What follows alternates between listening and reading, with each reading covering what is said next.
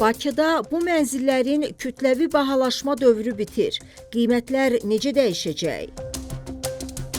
Azərbaycan Qiymətləndiricilər Cəmiyyətinin sədri Vüqar Oruc reporta açıqlamasında bildirib ki, 2025-ci ildə yeni tikililər üzrə orta çəkili qiymət artımı təxminən 15% təşkil edib. Lakin 2026-cı ildə bu göstəricinin 9,5%-ə, 2027-ci ildə isə 6,7%-ə qədər enəcəyi proqnozlaşdırılır.